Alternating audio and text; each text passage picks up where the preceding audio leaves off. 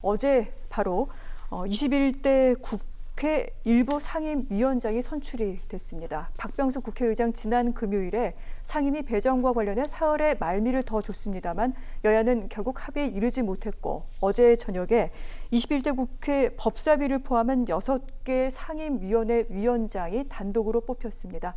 미래통합당은 불참을 했는데 이에 대해 각 당 이 같은 논평을 내놨습니다. 민주당 같은 경우에는 기다릴 만큼 기다렸고 양보할 만큼 양보했다 이렇게 밝혔고요. 통합당 의회 독재다라고 그렇게 좀 강렬한 비판을 남겼습니다. 정의당은 글쎄요, 이걸 어떻게 봐야 될까요? 민주당이 법사위 분리를 빠른 시일 내에 처리하겠다고 밝혀라 라고 그렇게 얘기를 했는데 일단 정의당 같은 경우 이 사태에 있어서 통합당, 민주당 그 어느 편도 들지를 않고 있는 것 같습니다. 이런 가운데 주호영 통합당 원내대표는 민주당의 속내는 다른 데 있다라고 얘기를 하면서 법사위를 왜 안 났는지를 이렇게 설명을 했습니다. 종전선언 촉구 결의안 같은 거를 마음대로 하고 싶어서가 아니냐. 90일 지나면 할 수 있는데 그 90일을 못 참는 게 아니냐라며 굉장히 강하게 비판을 했습니다. 참고로 종전선언 결의안은 사실 법사위에 내지 않아도 민주당이 단독으로 갈 수 있는 안건이기도 합니다만 어쨌건 이렇게 여당 다수당이 단독으로 상임위원장을 선출한 것은 67년 이후 53년 만에 처음이라고 합니다. 그래서 민주당의 협치가 없었다. 어떤 정치가 실종이 된 것이다 라면서 일단 민주당을 비판하는 목소리부터 좀 짚어보도록 하겠습니다. 이 부분은 아무래도 김 의원부터 말씀을 좀 해주셔야 될 것 같은데요. 네. 기본적으로 여야가 그동안에 박병수 의장님과 함께 더불어서 해왔던 기본 원칙은 11대 7 그리고 예결위와 법사위는 나누어 가진다 이런 정도의 합의가 있었던 것 같고요. 또 초반에는 일정 정도 양당 원내대표 간에 사실은 보이지 않는 내락이라 그래야 되겠죠. 그런 부분도 없지 않아 있었던 것 같습니다. 그런데 이제 아시다시피 이러한 부분들을 초안을 만들었을 때 각 당에 돌아가서 원내대표가 의원총회를 했을 때 반응이 말하자면 특히 미래한국당 경우에는 통합당의 경우에는 반대 의견이 많다든지 강경 분위기가 많았기 때문에 주호영 원내대표가 더 이상 양보할 수 있는 수준이 아닌 거죠. 본인 의지와 상관없이. 이제 그렇게 되다 보니까 중간에 김태년 원내대표의 말처럼 합의했던 부분들을 뒤집는다 이런 얘기를 했던 것이고요. 근데 실제로는 주호영 원내대표는 합의한 바 없다 이렇게 얘기했던 부분이 있습니다. 그 안에 어떤 비밀들이 좀 내재하고 있다라고 생각이 들고 어쨌든 그럼에도 불구하고 박병수 의장이 끝까지 어떤 그 컨트롤을 유지하기를 바랬던 것이었는데 실제로 우리가 그런 논의를 해왔습니다만은 결과적으로는 법사위원장을 주거니 받거니 하면서 법제사법 아까 정의당이 얘기한 것처럼 법사위 구성에 대한 내용의 형태 자체를 좀 바꾸는 안 자체의 논의까지 가지 못했기 때문에 오늘 이러한 사단이 났지 않느냐 하는 거고요. 이와 같은 부분들은 이미 예측된 바가 있습니다. 이제 그럼에도 불구하고 사실은 미래통합당의 지도부들이 그런 부분에 대해서 설마 하고 이렇게 결과적으로 당한 부분이고 말하자면 국회를 뛰쳐나가기도 어렵고 다른 대안을 만들어 나가기도 어렵고 다만 우리 비난과 비판을 할 수 있죠. 야당을 이렇게 내팽개치고 협치 없이 이렇게 단일하게 말하자면 해낼 수 있느냐 이런 것은 민주가 아니고 독재다 이런 얘기는 할 수 있습니다만은 중요한 것은 국민들이 그런 데 대한 관심을 가지느냐 생각만큼 그런 관심들이 없어 보입니다. 이제 그런 면에서 지금은 더 여야 할 것 없이 다시 한번 또 머리를 맞대야 될 시점이 아닌가 그렇게 생각이 듭니다. 알겠습니다. 21대 국회 약 180석의 의석을 민주당에게 준 국민들의 마음은 일단 빨리 속도를 내서 일해달라 이런 마음이 클 것이다. 이런 부분도 애둘러서 말씀을 해주신 것 같습니다. 자, 협치가 실종됐다. 이 부분은 통합당도 비판을 피할 수가 없겠죠. 민주당에서 사실 7개 상임위원회까지 제시를 했습니다만 사실 의원총회에서 거부를 당했고 그렇기 때문에 법사위만 빼고 다 다른 것은 가져가도 좋다라고 배수진을 쳤던 통합당에 대해서도 만만치 않은 비판의 목소리가 나오고 있습니다. 어떻게 생각해야 될까요?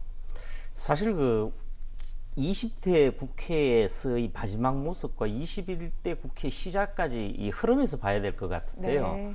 사실 지난번 탄핵 정국으로 문재인 정권이 출범하면서부터 전국 주도권은 어차피 지금의 집권당으로 넘어가 있습니다. 네. 넘어가 있는데 지금 그 구성원들을 보면 제가 볼 때는 몇 가지 점에서 심각한 문제를 이번에 보였고 그걸 국민들이 확인하신 거라고 봅니다. 제가 볼 때는 그 야당 쪽에서 흔히 할 수 있는 말로 이게 의회 폭거다. 네. 그리고 이 무한 질주라고 표현을 하고 있는데 철저한 힘의 논리에 따라서 전국을 운영해 가려는 거 아니냐 이런 부분이 있어요. 그런데 그보다 더 심각한 내재적인 게 뭐냐면은 저는 이 부분에서 무엇보다도 민주주의에 대한 위기라는 부분을 먼저 짚고 싶습니다. 사실 그 한 국가 체제에서 제일 중요하고 정치에서의 본질이 뭐냐면은 법치주의하고 정당 정치라는 게 이게 양대축입니다. 네. 그런데 정당 정치의 틀을 근간을 거의 무시를 해버립니다. 그리고 그 농구로서 든다는 게 제가 두 번째로 말씀드리고 싶은 부분인데 그 국민의 뜻을 반영한다고 자꾸 그렇게 하는 것 같은데 그렇지 않죠. 소수 강경파들, 친문을 문파들을 중심으로 해서 소수 강경파들의 의견에 끌려갖고 반영한 거죠. 사실 그 이번 4.15 총선에서 물론 177석을 만들어줬지만은 사실상 득표율로 보면요. 네. 49% 대 42%의 차이밖에 나지를 않습니다. 비례대표의 경우에는 위성정당으로 해서 경쟁을 했습니다만은 미래한국당이 더불어시민당보다 많았어요. 그래서 네. 앞으로의 그 대선이라든지 지방선거에서도 아주 이게 중요한 민심의 현주소라고 보는데 지금 그 야당의 모자란 점까지 포함해서 전국을 이끌어갈 수 있는 힘을 실어준 거는 맞지만은 절대로 177석이 일방 독주하라는 게 아니라는 네. 거를 저는 그도 말씀드리는 겁니다. 특히 이런 부분에서 보여지는 모습들이 제가 볼 때는 독재의 그 기운이 살짝 보여요. 그래서 이런 속에서는 이게 반시대적이고 반역사적인 걸로 흘러가는 어떤 모습 아닌가 이런 점에서 상당히 걱정을 합니다. 그리고 뭐 한 번 더 말씀드리겠습니다마는 미래통합당은 네.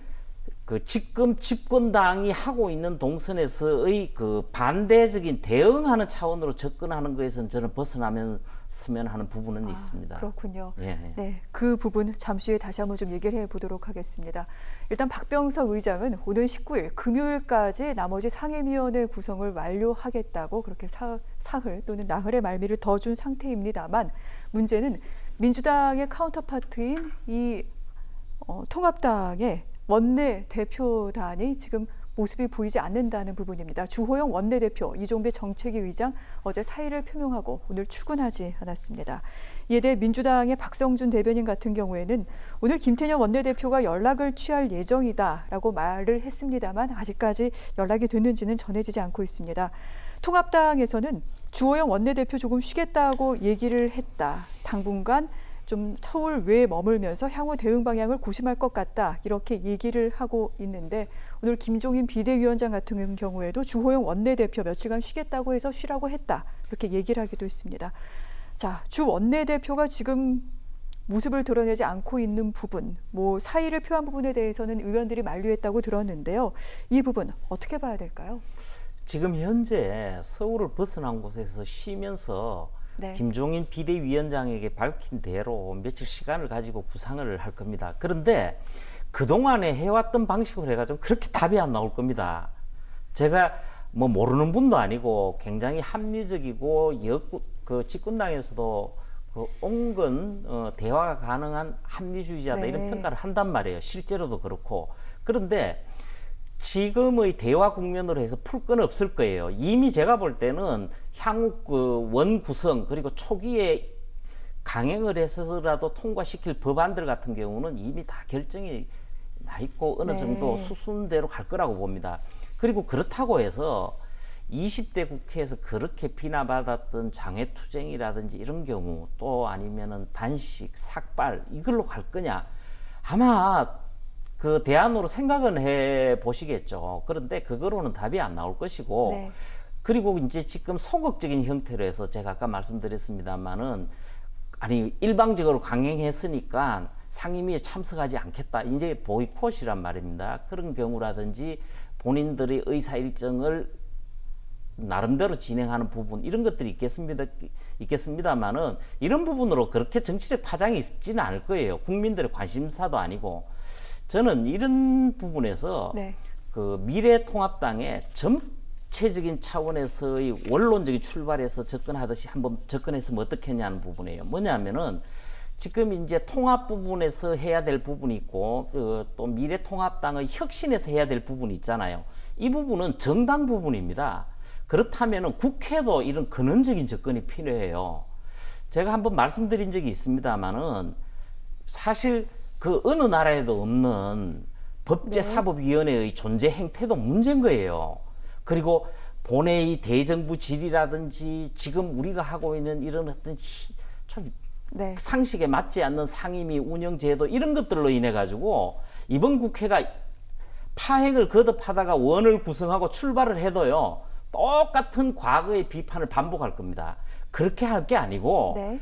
어떤 대통령제 국가에 걸맞는 그리고 민주적이면서도 일하는 국회에 맞는 어떤 국회의 방식을 선택을 하고 그거에 걸맞는 대안을 검토를 해서 제시해야 되지 않느냐는 부분이에요. 네. 제가 한 몇 가지만 말씀드릴게요. 그러면 가장 기본적으로 차기 내년부터라도요.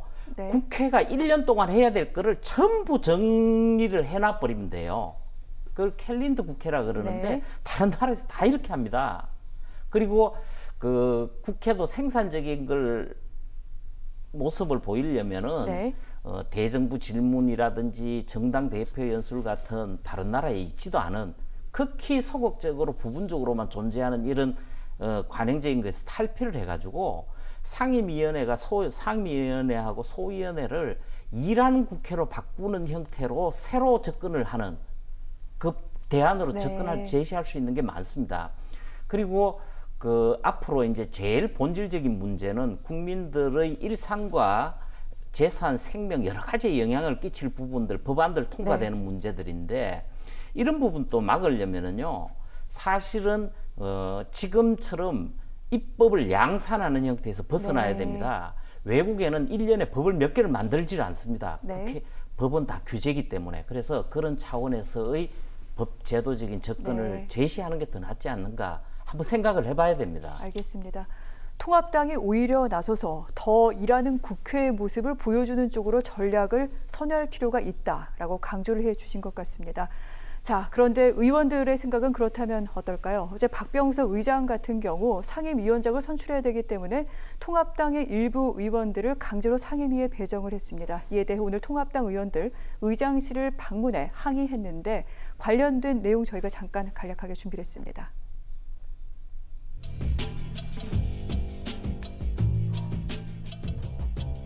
국회를 식물 국회로 만든 박병석 국회의장과 민주당에게 강력하게 항의를 드렸습니다. 강제 배정된 상임위원 바로 취소하고 철회해 주시길 또 강력하게 말씀을 드렸고요. 국회 정상화를 위해서는 국회의장이 결자 해제하는 모습으로 어저께 강제 배정된 상임위원들로 구성된 상임위원장 선출의 취소를 다시 한번 강력하게 말씀드렸습니다. 이상입니다. 상임위 일정에 참석 아예 안 하시는 거예요? 참석 안 합니다. 네, 국회 밖으로 나가는 것은 아니지만 상임위 활동에 참석하지 않겠다. 즉 의정 활동은 지금 거부하고 있는 상태인데 그런데 모든 의원들이 이렇게 생각하는 걸까요? 다른 목소리도 있습니다. 장제원 의원 같은 경우에는 이미 여러 차례 얘기한 바 있습니다. 영리하고 실리적인 선택을 해야 한다라고 강조를 했는데 이뿐만 아니라 일부 초선 의원들 같은 경우에도 정책 경쟁을 하자 이런 목소리를 내는 의원들이 있는 것으로 알고 있습니다. 그렇다면 김 의원님, 물론 상대당이긴 합니다만 통합당 의원들 어떻게 하는 게 나을까요? 사실은 이제 김종인 비대위원 체제하고 조호영 대표단이 좀 시너지를 냈으면 좀 방금 우리 현 의원님 말씀하시다시피 새로는 어차피 국회에서 여당이 힘으로 밀어붙일 부분이 있으니까 네. 오히려 패러다임을 완전히 바꾸어서 국회에 새로운 상을 만들고 완전히 룰을 다시 만드는 그렇게 되면 사실 서로가 시너지를 낼 수 있는데 기존 룰에다가 누가 가져갈 거냐의 경쟁을 했기 때문에 어차피 네. 이것은 지는 게임으로 갔다. 이제 그런 면이 좀 아쉬움이 있다라고 하는 이제 소잃고 외양간 고치기 식의 어떤 대응이 나올 수밖에 없다라는 측면이 아쉽고요. 그래서 네.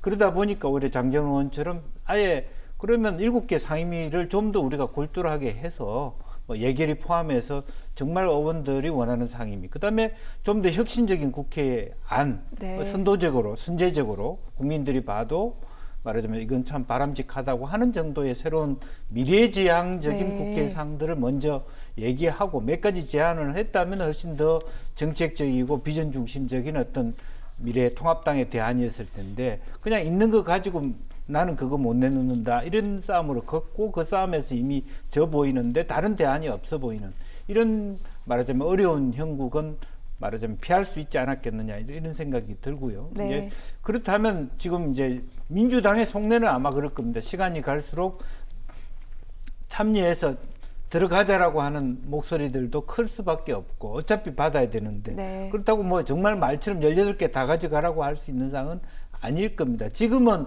조호영 원내대표의 힘을 실어주기 위해서 우리가 상임위 다선 의원님들께서 상임위원장 안 가져가겠다.